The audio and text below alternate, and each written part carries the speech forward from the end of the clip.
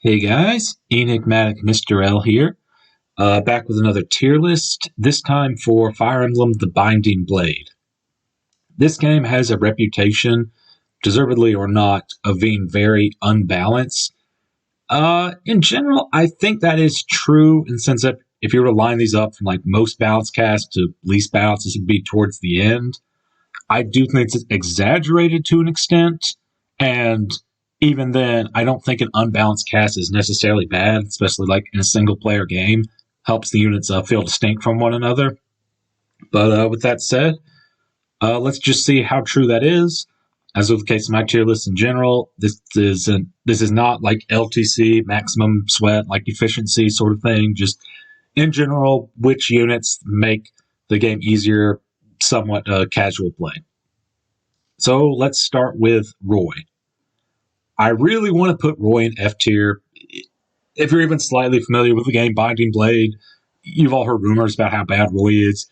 And yeah, they are exaggerated. Roy isn't as bad as people make him out to be. Even me, like I love to poke fun at Roy as much as the next guy, but he does have some merit, enough to get him into D tier, in my opinion. So the advantages of Roy, which, believe it or not, there's more than one. He has good availability, as you expect from lore, joining in like Chapter 1. When you don't have like deployment slots, for the first 5 chapters, he's not like using up one, and his rapier can come in handy here and there. He uses swords. In a game that has had its fair share of like axe-wielding units, he has an advantage against those. Being 1-2 locked, or being locked to 1 range instead of having 1-2 range, isn't as bad as Binding Blade as is in other games, because a lot of the 1-2 range options like Javelin, hand axes has very, very shaky hit rates. And swords are the most accurate melee weapon type between them, lances, and axes. So being stuck to them isn't as bad as it is in other games. Beyond that, of course, he gets the Binding Blade near the end, one of the most powerful legendary weapons in the series. Good stats, 1-2 range. I think it's like +5 defense and res. But beyond that, that's where the positives start to fall off. Roy just has a lot of minor problems that add up. Like, in a vacuum, if they were the only ones, wouldn't it be too bad? Like, you look at his growths. I think they're not too bad, compared to the rest of, like, the cast. They just don't really specialize in anything. He's got lackluster bases as well, but, so do some other units like Lance and Alen we'll get to soon. But he's also footlocked. These, at least, they're mounted. They have higher mobility, and they can switch between... they can switch to lances if need be, even if you have swords are generally better. And, of course, the big thing you'll know with Roy is it takes so long for him to promote. By the time he promotes, the game's practically over. And, yeah, getting that Binding Blade is nice. It's just also the fact that he's stuck unpromoted, really hampers his movement. Can't gain the XP, which isn't necessarily a bad thing if like all of his stats were good, but it just kind of feels bad. Roy in general, for many players, just feels like more of a liability than an asset, because you have to physically carry him with like a mounted unit or a flying unit or something like that to get him to the throne quickly, and that causes stat penalties. He just feels a lot more like a liability. I don't think he's F tier because he does contribute somewhat. A little bit at the beginning, a little bit at the end. That's more than some of the characters we'll get to that contribute next to nothing. But overall, yeah, Roy is not great. Not as bad as people make him out to be. People joke like me, but still very bad. All right, next we have Marcus. Marcus is going straight into S tier. Even though he's like your typical Jagan, like good bases, pitiful growths, doesn't gain EXP well. In general, like he's very solid for the first about like 7 chapters. Then maybe like for some odd chapters after that, he's still usable. I don't even use him at that point. Like people, I think recommend he's like a very strong force for the first 7 or 8 chapters, then use him as need fit. By that point, I usually have other units I want to trade that I usually just bench him. But just for his contributions in the early game alone, I think earns him a very high spot in S tier. Marcus just does everything you'd want in a Jagan. At least one that, falls off at some point, because he has like a good amount of bulk, solid speed. He can like tank hits from enemies, If he uses an iron sword, he'll weaken them severely, so one of your other units you're trying to feed EXP to can get the kill. And if you really need to kill an enemy, he can also switch to a silver lance to kill most enemies in the first few chapters. I do wish he had at least D-rank axes, just because being able to use that pole axe or that axe that deals effective damage against cavalry units, that would make chapter 4 so much easier. But you can grind it up. It takes a long while.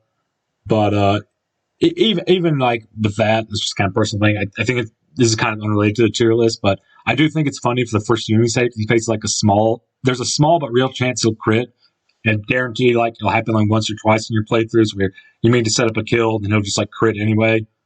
It doesn't happen enough that it's a problem. It's really more just like funny than anything, but I just wanted to bring it up. All right, next we have Lance and Alen, who I'm just going to talk together because, as was the case with many Christmas Cavaliers, they're pretty similar to one another. So, alluded to with Roy, they do have actually similar stats to him. I think even like growths as well. It's just there's some big differences. They have higher mobility, and mobility is by far and away the best stat in pretty much every Fire Emblem game. They can promote sooner. You get a Night Crest early on in Chapter 8. You don't get the next one until like the end of Chapter 15. I think the general recommended strategy is use both. Then whichever one has generally better growth, which one ever of the two doesn't get stat screwed, or whichever of the two does get RNG blessed, you promote that one. Then the other one just becomes a support bot. They have a support with each other. They do that, or you just bench them, or you do what I do and just use them both, even trudging the other one along to get that other Night Crest. Of the two, which is better? Generally, Lance has more speed. Alen has more strength. I think in general, people would say Alen's a little bit better because on normal mode, generally they're both going to be doubling anyway.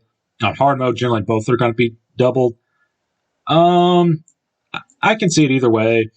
I think I'm going to give it a little bit to Lance just because I value speed more than strength. Granted, if they're both doubling or both not doubling, Alen with his better strength is going to be better. But just having more likelihood of avoiding getting doubled or breaching doubling thresholds, I think general speed is a better stat than strength. But it's very close. I can definitely see Alen be better. I could see it either way. I'm just going to happen to give it to Lance for now. All right, next we have Boars. So Roy, at least, he has some level of contribution. Boars, he does contribute in that for the first 5 chapters when you don't choose deployment anyway, you're just using whatever one's available. You might as well use them here and there if you can, but you're pretty much going to bench on the option the moment Chapter 6 comes around, let's just kind of joking around or memeing around or something. Most useful thing Boris will ever do is in Chapter 1, he'll visit the village for gold, but anyone can do that. It's just your other units are fighting, and that's basically the joke, his village contribution. In theory, he should be able to tank, but he has 3 base speed. He needs to level up once in speed to double enemies with 0 speed. Just gets doubled by pretty much everything, so he can't do his job as tanking well. Still faces shaky hit rates, lances. They're not as bad as axe, but they're not as accurate as swords either. Just shaky hit rates. Getting double everything. Never going to double pretty much anything. Bad unit. Not much better is Wolt. He's an archer, and you'd think in a game with strong enemies, kind of more focused on player phase, this would give him a chance to shine. Well, the problem is still that Wolt, his stats are just bad as befitting the typical lousy archer archetype. Can be made to work, especially in. I did a normal mode Iron Man. I took Wolt all the way to the end game. It was fun choosing choke unit.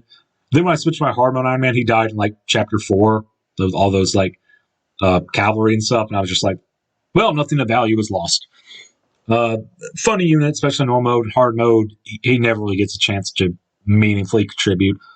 Like Boris, he's at least around for a few chapters when you don't really choose who to deploy, just use whoever's available, and there's no opportunity cost to using him just here and there. But in general, stats are just so pitiful. All right, next Elen. She heals. That's nice. The first few chapters, like Roy, she's healing. I think she contributes more than these two. She could be made to work as a long-term unit, and if that were the case, she'd probably be contributing more than Roy, so maybe something like C tier or so. The problem is that very soon after Elen joins, you get two different healers, both with their own niche. And yeah, there's the classic argument of, well, if X is a good class, you don't just necessarily say, well, I already have one X class, don't need two. You can just use both. I think there are situations where it is actually, reasonable to only use one. For one thing, you face limited promotional items in this game, so you won't be able to promote both, at least at a reasonable time.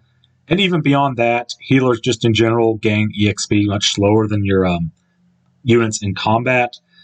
There's generally not much being to use two, and she's just kind of outclassed. Merlinus, I don't even know if I should count him as a unit. In Blazing Blade, he doesn't take up a deployment slot, so I don't really count him. Here he does. There's some funny and also just kind of niche things you can do with him. I saw an LTC where they use him in Chapter 4 to distract an enemy, because when he quote unquote dies, he just comes back because he's playing on casual mode. You can exploit that. There's also just the fact he allows you access to the convoy. There's some funny stuff you can do with him. Generally, though, once you get choosing units, well, you might deploy him because you have no one else better to do, and just a sacrificed unit comes in play here and there. But generally, once you start getting better units, combat units, he's not really going to see the light of day. Or not the light of day. He's not really going to see much action on the front lines. You're not going to choose to deploy him. Next, we have Lot and Wade. Talk about them together. Just two Axe Bros. They're filler units. Before getting units, they'll contribute here and there. I think Lot is the better of the two of them because his stats are more well-rounded. Wade just goes all in, I think, on strength and HP at the cost of speed and skill, I want to say. But either way, neither of them that great. You'll use them just because you have no one else better to do in those first few chapters, but that's about it. Roy's better than these guys so far, just because the ones in D tier and especially F tier, is not only is he contributing these first few chapters, he's contributing beyond that. Even though he starts falling off when you get to the certain aisles, chapters 9, 10, 11, you face a lot of axe wielding enemies, and Roy can contribute there. And even beyond that, you're using him in every map. It might be because you don't want to, and you'd rather have the option to bench him, use almost anyone else, but the fact is you're still using him. Next we have Shanna. Debating B or A tier. Her combat isn't that great. She has very low strength. And then on top of that, even though she has good speed, her con is low, but just being able to fly, just being able to carry rescue enemies, rescue drops, that sort of things. You can do some stuff Chapter 4, drop an enemy on a fort and place her someone else to block off the reinforcements. That makes that map easier. There's many maps, especially in this game on Thracia 776 or Mystery of the Emblem, where dismount is a thing. There are many opportunities to use a flyer for no other reason than utility. You do train her in combat. She's not that great. Lance and Allen's will performer, but she can, put into work, do contribute in a combat as well, even if the utility of flying is greater than her combat potential. All right, next we have Dieck. Dieck I think, is a very solid unit. There's one of two ways you can use him. You can just use him as a temporary unit, and his high, base speed, accuracy with swords, he'll contribute for a few chapters before you find better units, and you'll bench him, and he gets the spot in B tier just as a temporary unit. If you do decide to use him long term, he's fine. He doesn't really grow spectacularly, but he doesn't just become fall off completely Marcus or someone. He's got good growth in HP, strength, everything else just kind of meh. But there is a better candidate for the hero crest coming up. But the second one you get, Dieck is a fine enough choice for it, at least better than these two jokers. So short term or long term, he'll help you out a pretty solid amount, earning him a spot in B tier. Chad, kind of hard to rate thief utility, but he contributes increased vision, fog of war, being able to steal vulnerable areas, being able to open chests, just be a lockpick. Useful stuff. He's the first thief you get for a while, even though you get a better one later on, just better stats that can also contribute in combat. Chad still has like a few things that he's your only thief for. And even then, even once your like second thief joins, there are situations where you might want to use more than one. So, solid enough unit. Lugh. Yeah, that sounds about right. Pretty solid magic and speed, which is what you need from him. Probably worse in the short term than Dieck, but better like long-term payoff. Just 1-2 range that's accurate, because magic is like the rare example of like 1-2 range that's accurate. Hit on enemies resistance, which tends to be lower. You get them up to promote to a stage. You'll be able to use healing staves to help out a bit there. Pretty solid growth unit. I can see it going either way, but I think I'm going to give it to Lugh. I like him quite a bit. Still, has problems. Squishy defense. You do have to like baby him a little. Make sure he doesn't like take too many hits on enemy phase. But in general, most of your units aren't to be able to take too many hits from the strong enemies, especially in like hard mode. Might be even worse for him, but it's a problem that many units are going to face, and there are ways to get around it, especially with like 1-2 range. So, solid unit. Clarine, I want to put her above the Christmas Cavaliers, maybe not that high. Mounted healer. Pretty much, there's always going to be something you can do with a unit that has high movement and use the staves. Even if they're not healing, she'll at least be like rescue dropping, that sort of thing. Fairly low magic, if I recall correctly, both like base and I want to say it's like growth. Maybe her magic's like 30%. I'm not entirely sure, but unlike a mage or someone where you need high magic, even if you are in resistance, that helps out a lot. Just healing, I don't think having low magic hurts her as much. She also has a very slow support, but it is very powerful with Rutger, who, now's a good time, does any talk about him? I think Rutger is the best unit in the game. Kind of going back to what I said, they do have a very slow support with each other, but if you get it going, if you spend turns like support grinding and just keep them close to each other, I believe what it gains is like avoid. It grants them so much avoid that like keep them within 3 tiles of each other, they become like almost untouchable. But even without that, Rutger is just like a beast of a unit. Most of the time, Myrmidons with their high speed and skill, it's overkill in many other Fire Emblem games. And it's like, yeah, it has high speed, but most of my units are doubling anyway. It has high skill. Generally, you're facing reliable hit rates. But Binding Blade has a strong demand for both of those things. Rutger is by far and away like your best boss killer for most maps, like soon after he joins. Solid enough stats, even like without like hard mode bonuses, they definitely help, but he doesn't need them to like stand out, get the job done. By far and away, your best candidate for like the first hero crest you get in like chapter 7. Once he caps like speed and skill, you might as well just go ahead and promote him, and he'll just get like even stronger there. Plus, they get like 30% crit. It's insane. Amazing unit. I think the best unit in the game. All right. Next, we have Saul. Another very solid healer that just kind of outclasses Elen. Clarine's main advantage was having a mount. Saul, I believe, has higher magic, so if you do promote him, he can like contribute to combat better. And he starts with a C rank staves. I think Clarine starts with like D rank staves. If you're playing like slowly, she has like part of chapter 4, all of chapter 5 to help build that up at least somewhat. Between the two of them, I think Clarine's better. Part because of her mount, and partially it's like a small thing to Saul. You wouldn't think it comes into play too much, but if I recall correctly, if I'm not confusing him with another unit, I think he has like very terrible luck. I think that's like meant to be a play, and always like tries to win women, but it's like unsuccessful.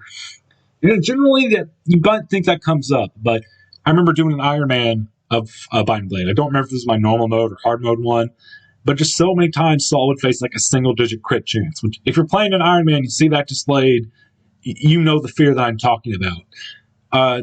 General luck is a stat that once you have a certain threshold of it, once you have like a few points of luck, having more doesn't really make a large impact, but at least want a little bit of it. Just facing those single-digit crit rates all the time, risking possible death.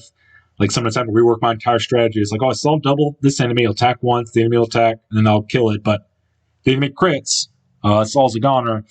just having to like rethink my strategy just because of that, or just risk it anyway. Not enough to lower him at significant, but lower him, I think, enough to that I would say Clarine is like a safer option. Dorothy, bad stats, just like Wolt, but unlike Wolt, who had like a few chapters to do chip damage here and there, Dorothy really doesn't. You would think, you get Dorothy, and the next chapter is like has all these wyvern enemies, to be a chance to shine. I think if you train up Wolt, his stats are about the same as what you have Dorothy. And even then, it's not that good. Like, Wolt doesn't really particularly have good base stats or growths. And neither does Dorothy. You get her, you got the bow, and she might, like, do chip damage significant on Wyvern, but even then, it's not much. And even then, you might have, like, better, like, trained options altogether. Sue, maybe, like, C or B tier. I think Sue's fairly solid. She has a mount. She has a bow better than these two. Good speed and skill. I think she's lacking in like defense and strength. And another nomad you get a bit later like outshines her, especially like on hard mode, just better strength. And yes, 1 or 2 classes you can use both, but especially with like limited deployment items, that sort of thing, it can be a reason to just kind of like wait for a better option, that sort of deal. Solid enough, just not outstanding. Zelot is basically a second Marcus that joins a little bit later. I think he has like a little bit better stats overall, but he comes at a point where you have like you're starting to get more units that have more long-term potential. When I can spare like a deployment slot between like Marcus and Zelot, I'll choose Zelot from like chapter 8 onwards. I usually just after chapter 7, Marcus just hits the bench like full time for me. That's just me. He does meaningfully contribute for no other reason. Rescue drops, chip damage, that sort of thing. Maybe killing off strong enemy like here and there if you like really need him to, or at least like significantly weaken it. But just in general, he's not as high as Marcus, despite being like slightly better, because the chapters he's helpful in, there's less of a demand. Like playing through Binding Blade without Marcus, first like 5 or so chapters, brutal. Playing through the game without Zelot, chapter 7 will be a little trickier, but beyond that, it's not nearly as bad as like playing the game without Marcus. We got Treck and Noah. Noah's clearly the better of the two. Higher base level, I think higher weapon ranks, but I think Treck is at least, carried by his class, rescue drops, that sort of thing. They're both fine. They're both filler. In general, you're going to want to use like Lancer Al. You've had like more chapters to train them up. But if you want to do something different, or maybe Iron Man when they died early, they both of them can get the job done. Lilina, I've seen people place her as bad as like the bottom 3 units. I can kind of see why, but I think I can justify like low C tier. Yes, she's like very frail. She doesn't have good speed. Both of these things combined, generally not a good look. Just having such insane magic growth allows you to, with 1-2 range, allows you to do significant chip damage on me, if not like defeating them outright. The chapter after she joins is a very good time to start training her. And yeah, you do have like the baby her, maybe in like an efficiency setting. I can maybe see like something like this. But just in casual play, she does require a bit of effort into her, but you do get something good out of it. Like just if you get her to promotion, a sage with a huge amount of magic, she can like heal one of your units like close to full with like just like a basic heal staff. Beyond that, she's a good support partner for Roy. Some of Roy's other support partners, they're either like mounted, like Lance and Alen, they're probably just going to like support each other. They fall off, like long-term potential, like Marcus, or they're just really bad. We'll get to those in a bit. I think overall, Lilina, she definitely has her problems, low speed and durability. You have to like train her up. I think she's still just the reward you get for it. If you go to the trouble of raising her, it at least makes her all right. All right, next we have Astolfo or Astor. I think it might depend on the translation. Very solid unit. Is a thief in one sense, I could see Chad being higher just because he has more time to contribute. The things you get with Chad, they're useful. I don't think they're like super game impacting. Astor in general, if you only want one thief going forward, you're going to use Chad, and he has plenty of opportunity to contribute. And there are situations where you're going to use like two thieves. It's just the big thing with Astolfo is, yes, he has thieving duties, but he also has like decent combat, can help weaken enemies or defeat them if need be. In general has like more survivability than Chad. In general, if you're only using one thief, like if your map comes up after Astor joins, you're going to use him, not Chad. If you use two thieves, then they're still like both contributing. But I just think even though he joins later, his higher survivability and offense power earns him a spot above Chad. Ogier, he can be made to work, but in general, you're not really going to do much with him. He comes with the Armor Slayer to take that off of them. That'll be his most meaningful quote-unquote contribution. I don't really count start inventory and something to use favor because anyone can just take that off and use it. Can be used with Hero Crest, just not a very good candidate for it. You get like someone else coming up soon that's better. Dieck is probably a better candidate for it. The one that you get coming up of units you do have. General just joins can be like okay-ish if you do put the work into him, but there's really not much of an incentive to do so. Barthe, I think that's his name. Get him and like Bartre mixed up. Very high HP, strength, defense, and pretty much nothing else. Basically, it's like you would think he has good defense, but you need some of those other stats like speed or skill. It basically gets doubled by everything. And yeah, that happened to be true with Bors, but Bors at least had 5 or so chapters where he wasn't taking up a deployment slot. You might as well use him. Barthe, you're pretty much not going to use him unless you're kind of joking around after his joining chapter. Yeah, good strength and defense, but that's about it. Without the accuracy to hit things and without the even like a tiny bit of resistance, survive any like attempt by a mage, dies to anything by an Armor Slayer, gets all everything. Very little opportunity for him to shine. Wendy has even more of a problem. I think she has like better growths and long-term potential than Barthe, but there's really no reason to, unless you're going out of your way to use a bad unit. Wendy's one of like the most difficult characters to train and use up efficiently. I'm not saying it can't be done. I've seen it done before in videos, but you're really just making the game harder on yourself by using her. And sometimes that's fun to use a joke unit, but in terms of like practical value, Wendy doesn't really offer anything. All right, next we have Fear or Fur. Nah. She's solid. I think she's like similar to Rutger, but like not enough strength and defense, I want to say, and more like overkill like speed and skill. The problem is Rutger's already joined earlier. He's at time mode. He's most likely going to use that hero crest. Fear has like fierce competition if you used it on the first one on Rutger for who else is like next person to get it. If you do invest in her, like especially with hard mode bonuses, she's fallible at combat. The thing is, like I've heard people say, is just that Rutger is your most reliable boss killer for like no other reason. He deserves like a high spot.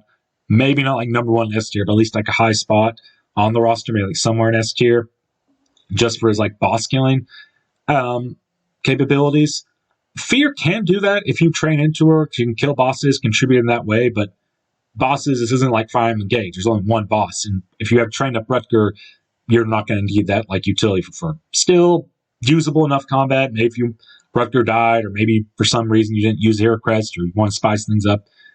Can be trained, can be worked well, but in general, there's not as much incentive to. She's fine. Next we have Shin or Sin. Mounted, high strength, high HP, good speed. Don't think quite as fast as like a trained Sue, but enough enough speed to get the job done. Like I said, you could perfectly fine use one or the other, use Sue instead, or use both. I just feel if you don't use Sue, you basically get Shin for a no investment cost the time he joins, as opposed to like, I think a trained up Sue would still fall behind in like strength and HP and like defense, maybe a little more like speed and skill. I'm not sure about that, but Shin generally has enough to get the job done. Solid, mounted, he uses bows in the games that has like a strong emphasis on player phase. If you do use up one or both of them a lot, you run the risk of going to Sakai, which is harder, but I'm not going to hold that against them, partially because some people actually like Sakai more, and even if that wasn't the case, you can always just use Shanna, make sure you use Shanna a lot, and make sure Shin doesn't get quite as much EXP as Shanna and Tate or Thana coming up. Next we have Geese, just a mediocre pirate, fairly low bases for the time he joins. Still putting him above Roy because if you had the option, like you can bench Roy, but you could like throw in Geese. I think most players would do it because at the very least, he has like water walking utility. I think most importantly, you can use the Brave Axe. That counts as something. Generally, not going to be the one to get the hero crest, but there are worse ways you could use like your second hero crest.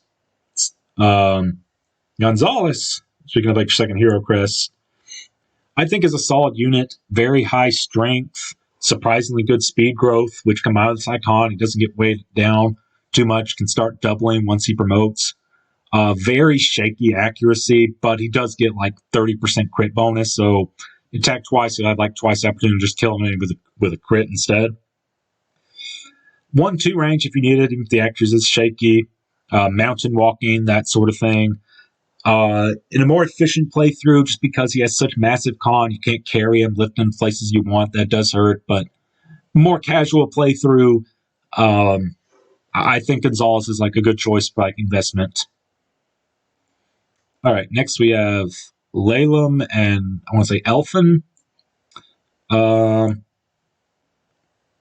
basically count them as the same unit. I think there are some slight differences in their stats, like HP, speed, that could come into play in certain situations.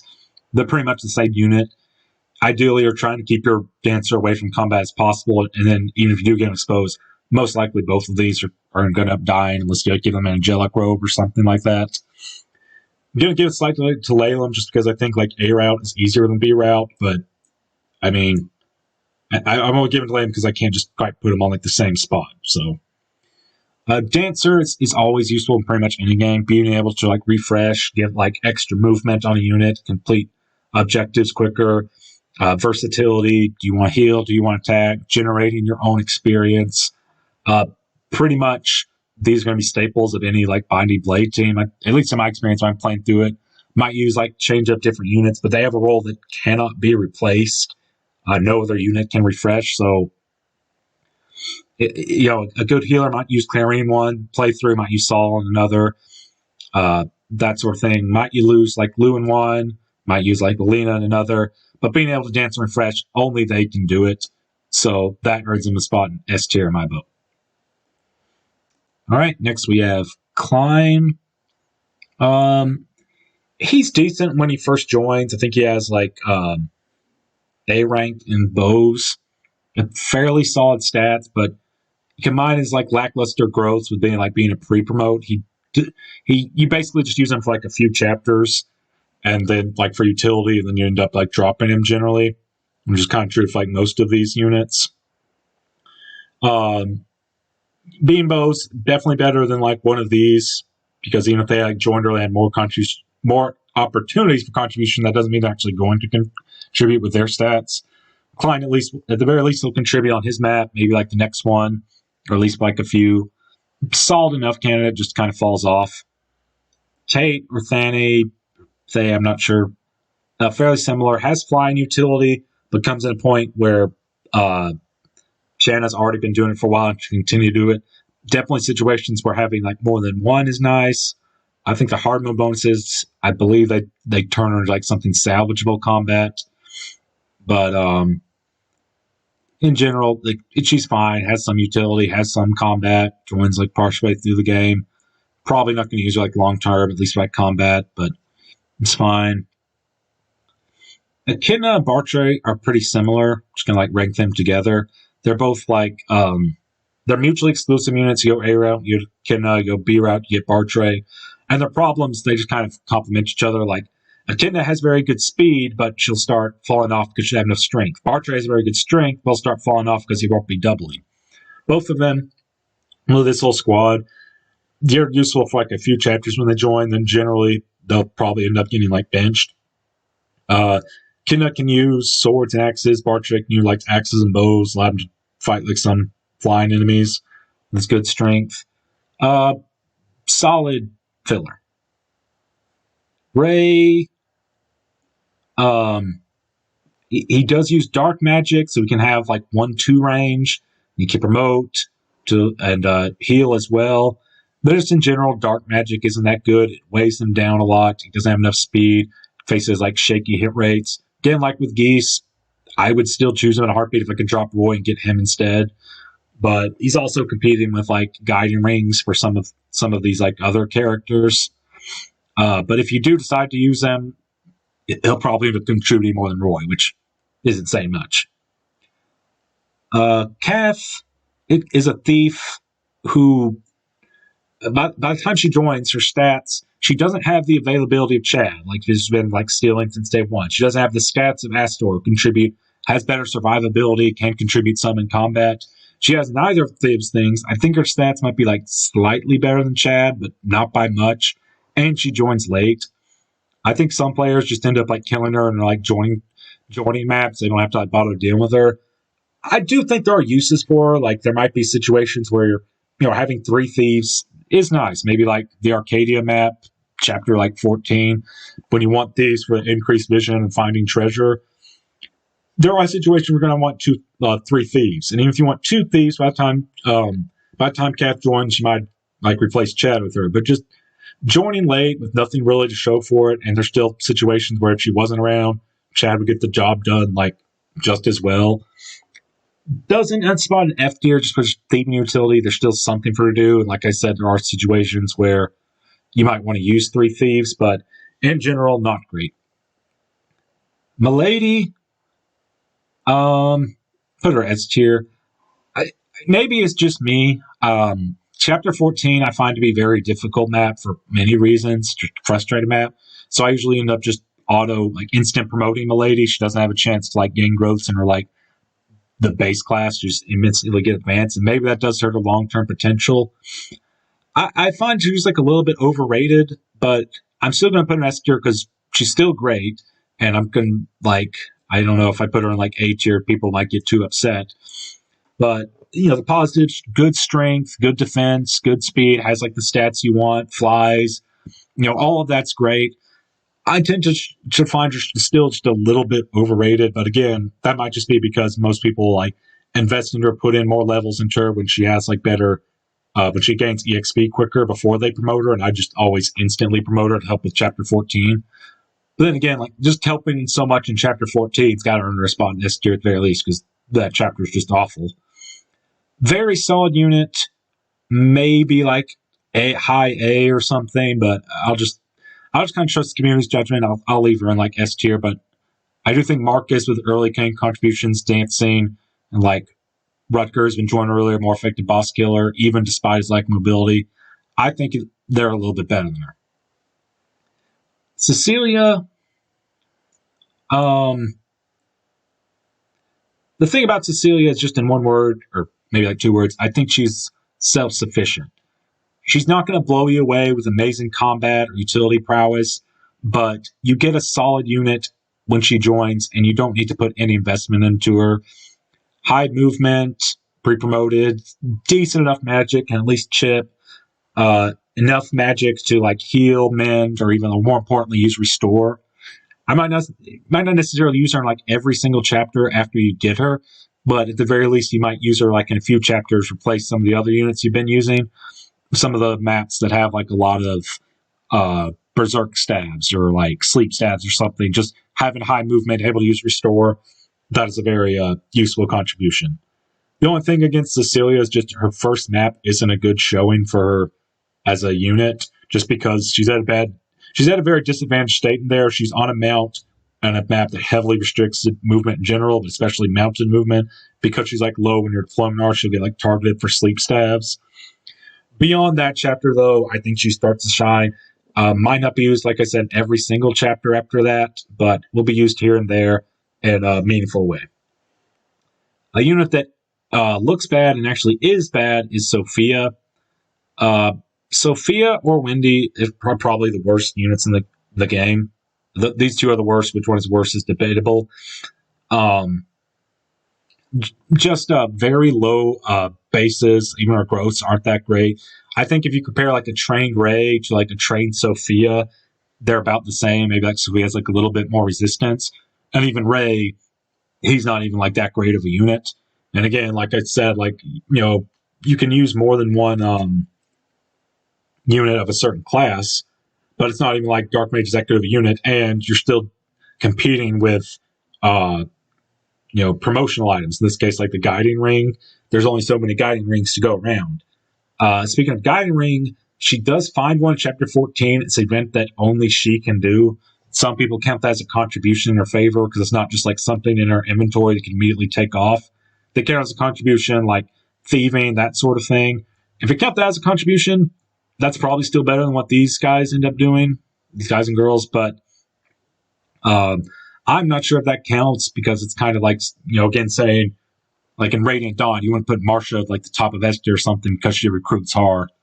Not counting that contribution, she's probably a little bit worse than Wendy. Wendy has, I think, better growth, better payoff, better availability. I'll just kind of put it in the middle. Won't put her at the top of F, and put it at the bottom, just putting it somewhat. Kind of sad when that's your most meaningful contribution, is like fighting the guiding ring. Next, we have Igrene. Another unit that's just pretty solid when you get her. Solid base stats. Maybe not the best long-term potential. I think on hard mode, I'm trying to say it's like I think Igrene has like better base stats, though in hard mode Kleins get like bumped up a bit. It's even more comparable. I think she's still like slightly outperforms them, but she only has a B rank in bow as opposed to A. I think like it's slightly better stats. Probably just gonna do the typical thing you did with these, just use her for a few chapters, then put her on the bench. But still being able to trade for a little bit, that is some level of contribution. Next we have Percival. Percival is like high A, low S. I think I'm gonna give him like low S. I tend to find like in combat, he ends up outperforming Melady, but Melady has like a few more chapters to contribute. She joins in like chapter 13, he'll contribute in 14, and 14X. Granted, you can get Percival in chapter 13, but A, it's extremely difficult to do, more difficult, trouble it's worth, and two, even if you do it, you might think, I get him for more chapters. Well, chapter 14 is covered in sand, like I mentioned with Cecilia, not good for cavalry units. And beyond that, he doesn't get his hard mode bonuses in that chapter because hard mode bonuses are weird. The only way they get applied is if they're an enemy unit and they don't start on the map. They have to enter in. Now, it doesn't matter, like with Melady, she just enters by cutscene, or with Percival, he enters the map as soon as you start it. He's still not on the map when you view it in chapter 15, so we get this hard mode bonuses there. Very solid unit. I'm giving the Melady a bit just for contributions to chapter 14. Beyond that, though, I can honestly see like something like this. But very solid combat. Lance and Alen, if you train one of them, they're probably not going to be anywhere nearly as good as Percival. Solid weapon ranks, solid stats. I think his growths are whatever, but he honestly like doesn't need them. Amazing unit. Garrett, just kind of a mediocre berserker you get. High crit build, or high crit with this class. 1-2 into hand axe if need be. Slow speed, something like 8 to 11, something like that. With the hard mode bonuses, he'll have enough speed, I think, to avoid getting doubled with some of the slower enemies. But otherwise, it's not like he'll double some enemies and not double others. He'll get doubled by some and not get doubled by others. Can contribute, just kind of mediocre, though. Faye or Fa. she has two good things going for her. If you train her and use her, then she has 30 uses. She gains like massive stats. She transforms like chicken monster thing. Can deal with a few enemies there, but once that stone breaks, she's pretty much useless unless you like use a glitch to like steal a firestone or something like that. Or you could take the other route, not train her, and she tends to get targeted by like sleep stabs, berserk sort of things, but she'll end up being unaffected by it. I think if you end up training her, they don't target her. I don't remember the reason. If it's because she has like higher HP, or they target the one with low HP or low deployment. But in general, she has that utility just soaking up status saves. That's something. Even Roy, like, yeah, you might think transform to a dragon would be like better than like anything Roy can do. Roy does get the binding blade, and I'm not sure. I don't think her stone can be repaired, and that's one thing we used to could have for the hammer and staff. Granted, most players just can use the hammer and staff thinking like warp or something, but Roy contributes with the binding blade and with his early game contributions. Fair has some level of use, but not much. Hugh, you get what you paid for. Somewhere in here, say like, yeah, this is gonna. If you buy him at full price, or you just pay him like 10,000 gold, he has better stats, and he can promote in that same chapter if you use the secret shop to a sage, and he'll have like enough contributions. Sage is a fairly good class, like I said, 1-2 range with magic, hit on enemy resistance, fairly accurate, can heal. If you don't pay like in the full price, his stats actually get lowered and be somewhere like lower in C tier. I'll just kind of split the difference, put him about here. I think's fine. Zeus, probably one of the worst Wyvern riders in Fire Emblem. Just by the time he joins like partially through the game. So yeah, his availabilities, whatever. But even just beyond that, he joins at like level 7 with D rank and lances, and it was just like just a few more like levels, and you could just instantly promote him. Or at the very least, if you had C rank lances, I could use like the kill lances. No, you don't get to do either of that. If you do go to the trouble of promoting him, one of the things is gross. They're only really good in like HP and strength and like skill, funny enough, but it's skill issue. Cease is generally going to face like have shaky hit rates, and just in general, Zeiss, like I said, it would be better if he came in like at a later level, so you could just instantly promote him, or at the very least use C lances to make it easier time there. Can have flying utility, does have some lever utility, but not that great. Douglas can contribute. He has, I think, like A rank and like X's air lances. Solid enough like strength and defense, but just low movement, low speed, high con, can't be rescued. There's not much like practical opportunity for him to contribute much, make much like contributions. Naomi is a fairly solid like staff bot and has high enough magic, can contribute in combat as well. Very low HP, but get around this, attack in range, make sure she's not exposed. Works well with like healing. Pretty much your best dark user if you want to use like the like S rank dark tome. I can't remember what it is. Or you can use like Eclipse, which has like terrible hit rates, but can still do things like in the Sakai route. There's like a wall that has like 100 HP. You can against the wall, all weapons are guaranteed to hit. It'll automatically bring the wall down to 1 HP. So that's something, I guess. Generally just going to be useful as like a staff bot, warping, like that sort of thing, physic. But that still fairly good contribution, even at a late join time. That I think B tier is fair. Juno and Dayan, can talk about them together. Pretty similar, like Echidna and Bartre, they're mutually exclusive characters. You get one on like the Illy route, one on the Sakai route.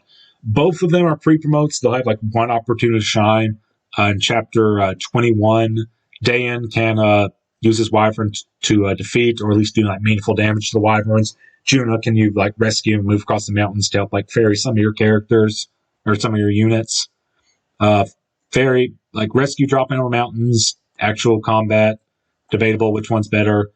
Guess just go with Juno, but I could see either or. Beyond that, they're pretty much not going to do anything. They have like one map where they contribute in a meaningful way. Beyond that, that's about it.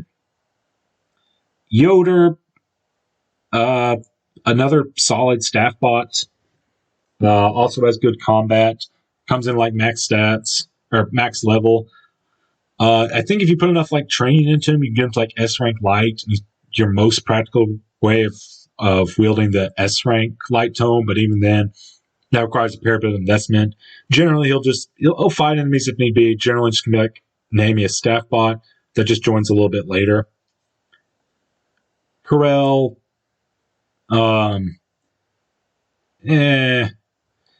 he's filler. Like he joins, and then right after he joins, you can only choose 10 units. You're probably not going to bring him along, even in like the map he joins. He's fine. Funny thing about Corel is he has like over 100% growths in all of his stats, but if he just came like one level higher, plus one to all of his stats, or not one level higher, but just like plus one to all of his stats and pitiful growths, he would be a better unit, but he just wouldn't be as exciting. But he joins at level like 19 in a promoted class. He only gets to level up once anyway, and getting that one level is sometimes a little difficult because of his like low EXP gain. Could be worse is filler, not like F tier, because I don't know, maybe you're playing Iron Man, maybe you're doing something insane like negative growth or 0% growth or something. It can be useful there, but beyond that, just not that great. That's about it. I think, yeah, this makes things more symmetrical. Yeah, good enough. Bottom of A, top of B, close enough. With that said, that's my Fire Emblem Binding Blade tier list. Anything disagree with, let me know what units I overrated, what units I underrated. Y'all have a good day. This is Enigmatic Mr. L signing out.